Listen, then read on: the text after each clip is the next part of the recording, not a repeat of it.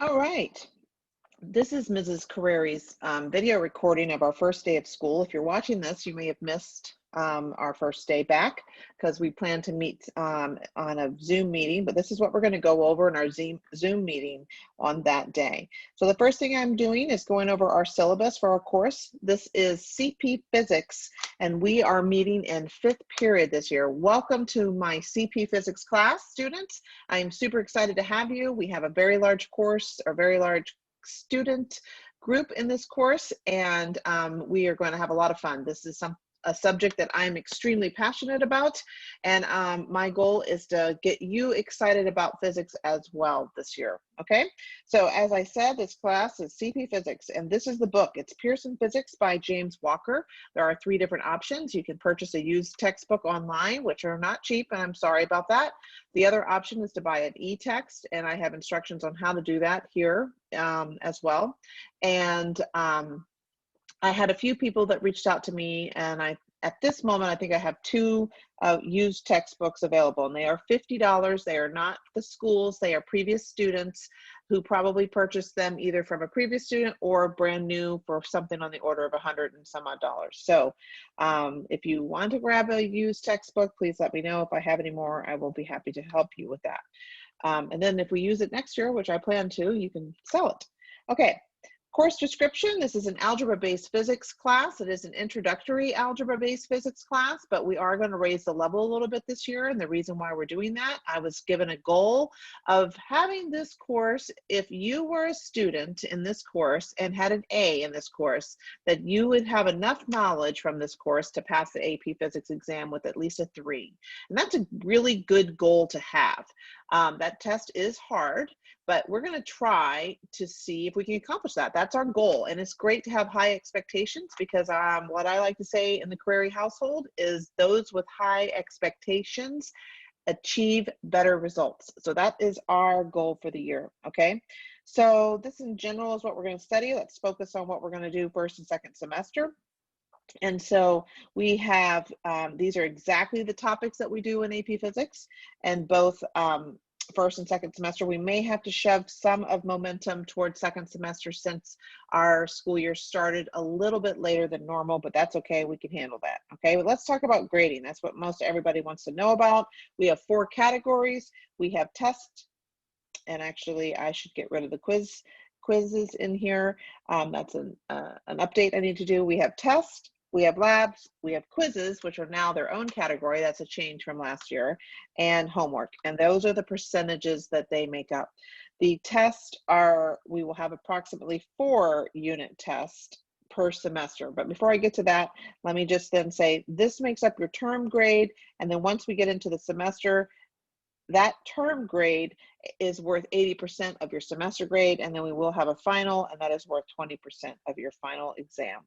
There are 4 unit tests per semester, and each unit test will have different vocabulary, multiple choice, and some free response types questions where you have to work out and show your work.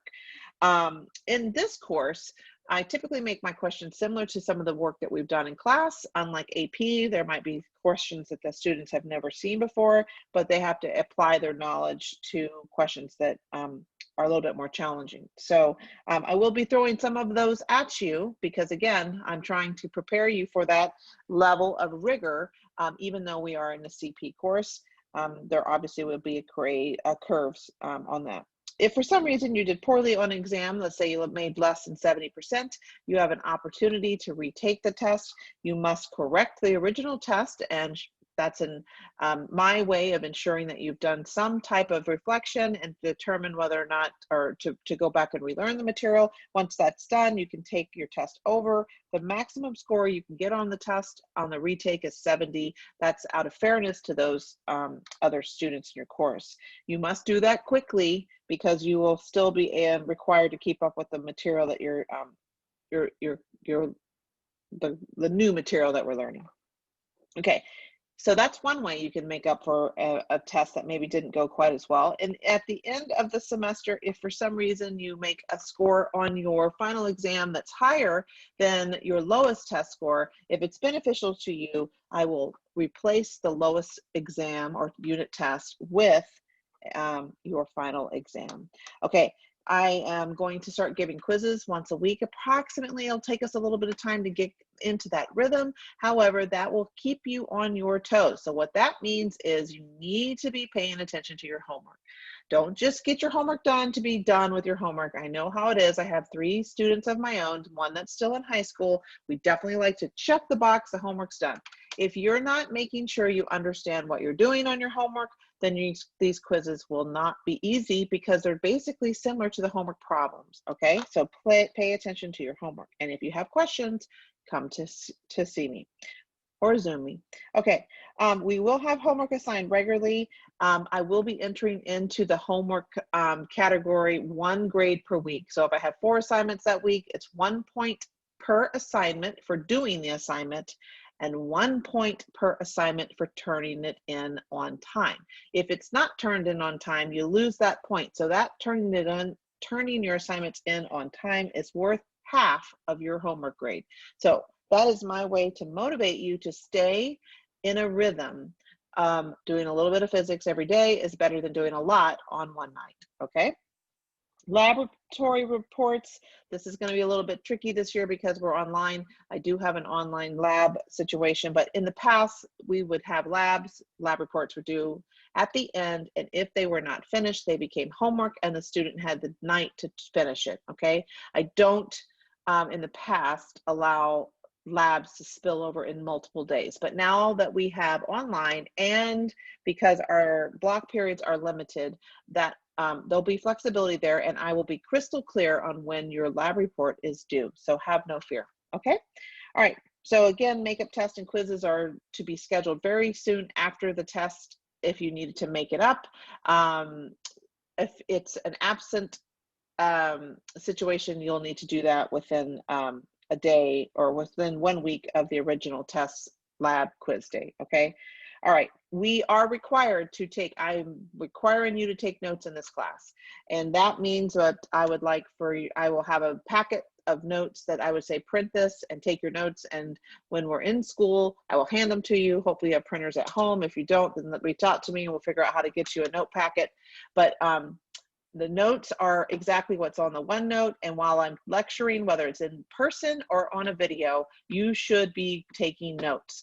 And there is just nothing more frustrating as for me, who is a absolute passionate about math and science, to watch a student sit and watch me lecture and do a problem on the board. Even though I'm very much requiring you to be engaged, I don't understand how it's possible to not write this down.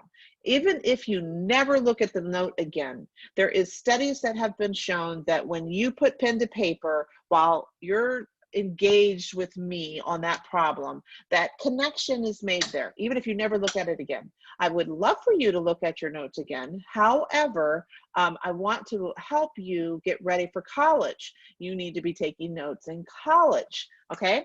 Trust me. Okay, and I don't like the, I actually don't feel, and we've had many conversations in this math and science group, Sadowski and I, with the iPads. Everyone wants to know, can I take notes on the iPad? I understand your generation is very techy, but I still do believe there is some value in putting pen to paper. I'm going to require it. I'm sorry. Maybe you'll thank me in the long run. Okay, last thing, classroom rules and procedures. I'm going to let you read over that. What are we using daily? I need your iPad charged and ready to go. You must have a calculator, okay? I have lots of calculator stories. I'll share those with you. This was for last year's notebook, so we are going to have a printed notes, and you can actually, I'll have them hole punched. I would have a 3-ring notebook for that. Of course, a pencil. You would be surprised on how many people do not bring a pencil. Okay, office hours. I'm required to put some office hours in here, but relative to Mrs. Carreri, I am extremely accessible to students. I pretty much have lived on campus even when I wasn't teaching, but I'm still teaching part-time. But unless I'm teaching, which I have 4 courses this year, before school, at lunch, after school, during your study hall, on class times that I'm not, I'm available to help you. Now that we're online, you'll have my office hours. I probably will have some standing Zoom times that you can just click and join me and ask me some questions, okay? I want to talk about academic integrity. So we're online right now, and I want you, first off, let's talk about homework. I want you to reach out to your classmates and work together on your homework, okay? Because you learn from each other. When you help one of your fellow classmates understand a problem or you troubleshoot together, it's just a win-win for me. I totally encourage that. I want that. I have no way of knowing to say, well, Bobby had the problem done. Can I snap me a picture of it so I can copy that on my paper? That doesn't help you. And you know it doesn't help you.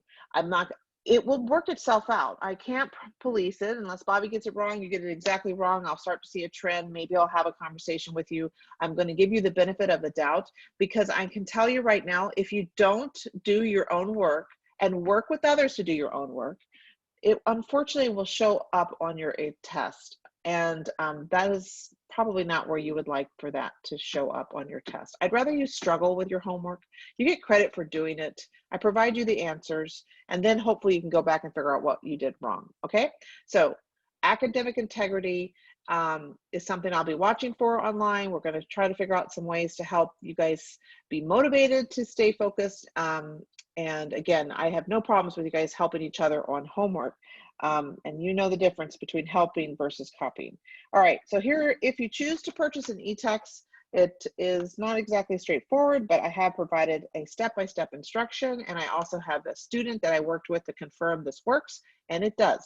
And so this is the way you would do it.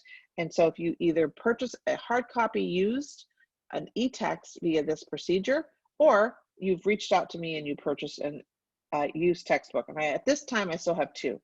Edpuzzle, we are going to use Edpuzzle. I will be sending you a link. I'm going to integrate my class rosters into Edpuzzle from Google, and then you'll get an invitation to join my Edpuzzle class.